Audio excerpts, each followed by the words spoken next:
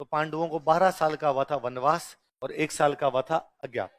दुर्योधन के साथ जब वो गेम में हार गए थे तो कहा गया, दुर्योधन ने कहा 12 साल का वनवास, वनवास मतलब वन में वास करना, 1 साल का अज्ञातवास, अज्ञात मतलब पता नहीं चलना चाहिए, तुम्हारे बारे में किसी को भी ज्ञान है, कैसी जगह जा पे रहो जहां पे तुम्हें कोई ढूंढ ना पाए, और यदि किसी ने ढूंढ लिया तो वापस 12 साल का वनवास, 1 साल का। पांडवों ने भाई जैसे तैसे करके 12 साल का वनवास काटा। अब अज्ञातवास के लिए कहां जाए? तो 500 भाइयों ने प्लानिंग की कि अपने वेश चेंज करते हैं, अलग अलग रूप धारण करते हैं और अपने विराटनगर चलते हैं। कहां चलते हैं? इसका नाम विराटनगर इसलिए था क्योंकि यहाँ राजा थे, उनका नाम था विराट। राजा का नाम क्या था? राजा विराट का नगर था, इसलिए नाम क्या था? और 500 भाई आगे राजा विराट की नौकरी करने लग जाते अलग अलग। जब भीम बन गया रसोईया, तो भीम को पता था मैं रोटियां ज्यादा खाता हूँ, और किसी के जाके काम करूंगा अगला रोटियां दे ना दे, इससे अच्छा खुद ही रोटी वाले में जाके बैठ जाता रसोई में, खुद ही बनाओ और खुद ही सब अलग अलग काम करने लगे। अर्जुन बन गया डांसर। क्या बन गया? और राजा विराट के एक राजकुमारी थी, उस राजकुमारी का नाम था उत्तरा। क्या नाम था? राजकुमार का नाम था उत्तर, राजकुमारी का नाम था उत्तरा। तो राजकुमारी उत्तरा को डांस सिखाने लग गए कि मैं इसको डांस सिखा दूंगा। तो उस समय डांस सिखाने के लिए लोगों की इस प्रकार की आवश्यकता हुआ करती थी, जो लोग थोड़े यूं करण जोहर टाइप के, हम तो ऐसे लोग डांस सिखाने के लिए रखे जाते थे। तो उस डांस सीखने में ड्यूटी लगा दी कि भाई डांस सिखाओ। तो अर्जुन ने अपना नाम रख लिया बरहनल्लाह। क्या नाम रख लिया?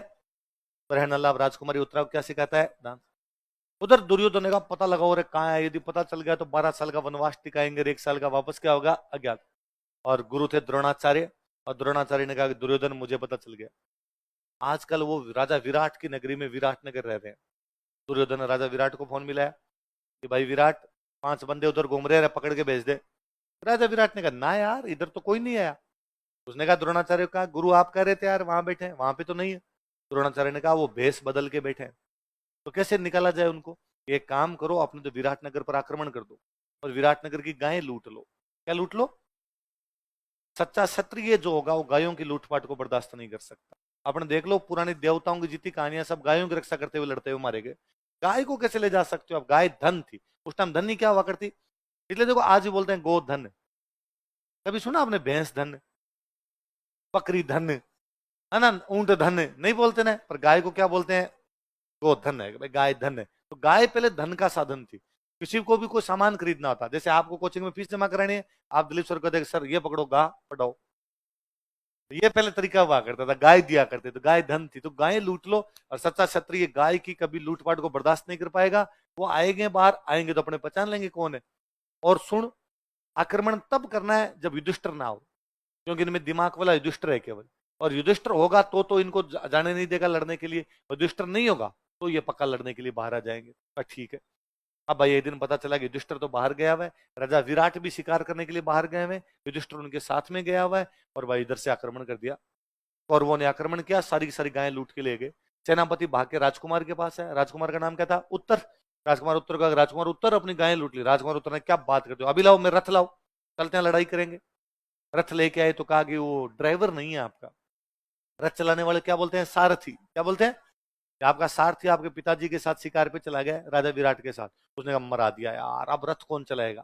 द्रौपदी वहीं खड़ी खड़ी सुन रही थी। द्रौपदी जो राजा विराट की रानी थी, रानी का नाम था सुदेशना। क्या नाम था?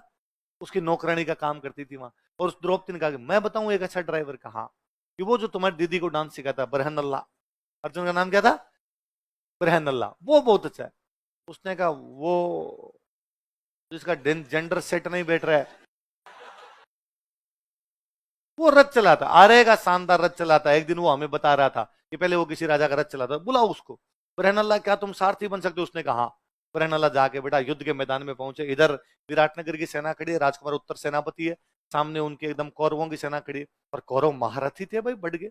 दुर्योधन, दुशासन, सल्ले, कर्ण, जयद्रथ, कर्ण, एक से बढ़ के एक महारथी। और तीरों की बारिश होने लगी सामने से। और राजकुमार उत्तर ने उत्तर दे दिया। और राजकुमार उत्तर ने कहा मैं नहीं खेल रहा, रथ मोड़ लो, रथ मोड़ लो वापस। और अर्जुन ने कहा कि क्षत्रिय हो गए इस प्रकार डरते हो? उसने कहा तू पंचायती मत कर, ड्राइवर का काम गाड़ी चलाना है, वो मोड़ ले वापस। और जब अर्जुन ने रथ नहीं मोड़ा मोड़ा तो राजकुमार उत्तर उत्तर के भाग गया भाई साहब।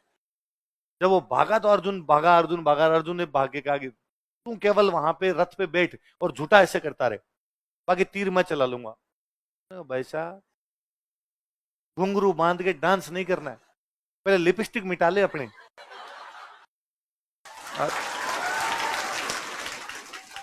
युद्ध करना है, युद्ध। अर्जुन ने कहा मैं थप्पड़ मारूंगा, मैं अर्जुन हूं, अर्जुन पांडु पुत्र अर्जुन। ने कहा अंकल ये दुर्घटना कब घटित हुई आपके साथ, ये वाला कब करवाया आपने, ये ऑपरेशन कब हुआ आपका। अर्जुन ने कहा तू बैठ जाए यार जाके, मैं देख लूंगा अपने हिसाब से। अब भाई अर्जुन जाके रथ पे बैठे। अर्जुन ने जैसे पहला तीर मारा सामने, और द्रोणाचार्य ने कहा अर्जुन है। गुरुदेव ने कहा आपको क्या पता ये अर्जुन है, अरे का नोट्स मेरे हैं।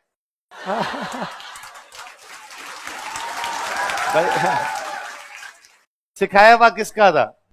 तो द्रोणाचार्य ने कहा पहला तीर मेरे कदमों में आके गिरा है, इसका मतलब अर्जुन कह रहा है कि हे गुरु द्रोणाचार्य आशीर्वाद प्रदान कीजिए, मैं युद्ध प्रारंभ करने जा रहा हूं। और उसने कहा अभी देखना अगला तीर भीष्म के चरणों में आके गिरेगा। भीष्म दादाजी थे। भीष्म ने कहा आ गया।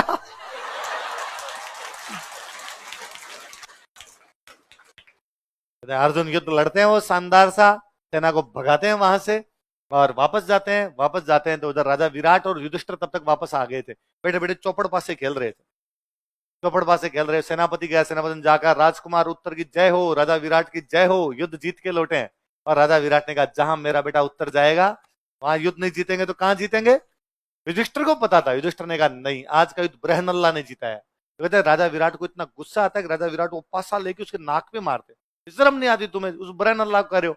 इतने में राजकुमार उत्तर खुद ही आ गया, और राजकुमार उत्तर ने आका कि पापा वो बृहनल्ला नहीं है, वो अंकल है, अर्जुन है, और ये ताऊ जी है युधिष्ठिर, और वो जो मोटा है अपनी रसोई के अंदर वो भीम जी है, और ये जो मम्मी की नौकरानी बना रखी है ना आपने, ये द्रौपदी है। वो बाहर जो दोनों गेट के ऊपर खड़े हैं वो नकुल और सहदेव है।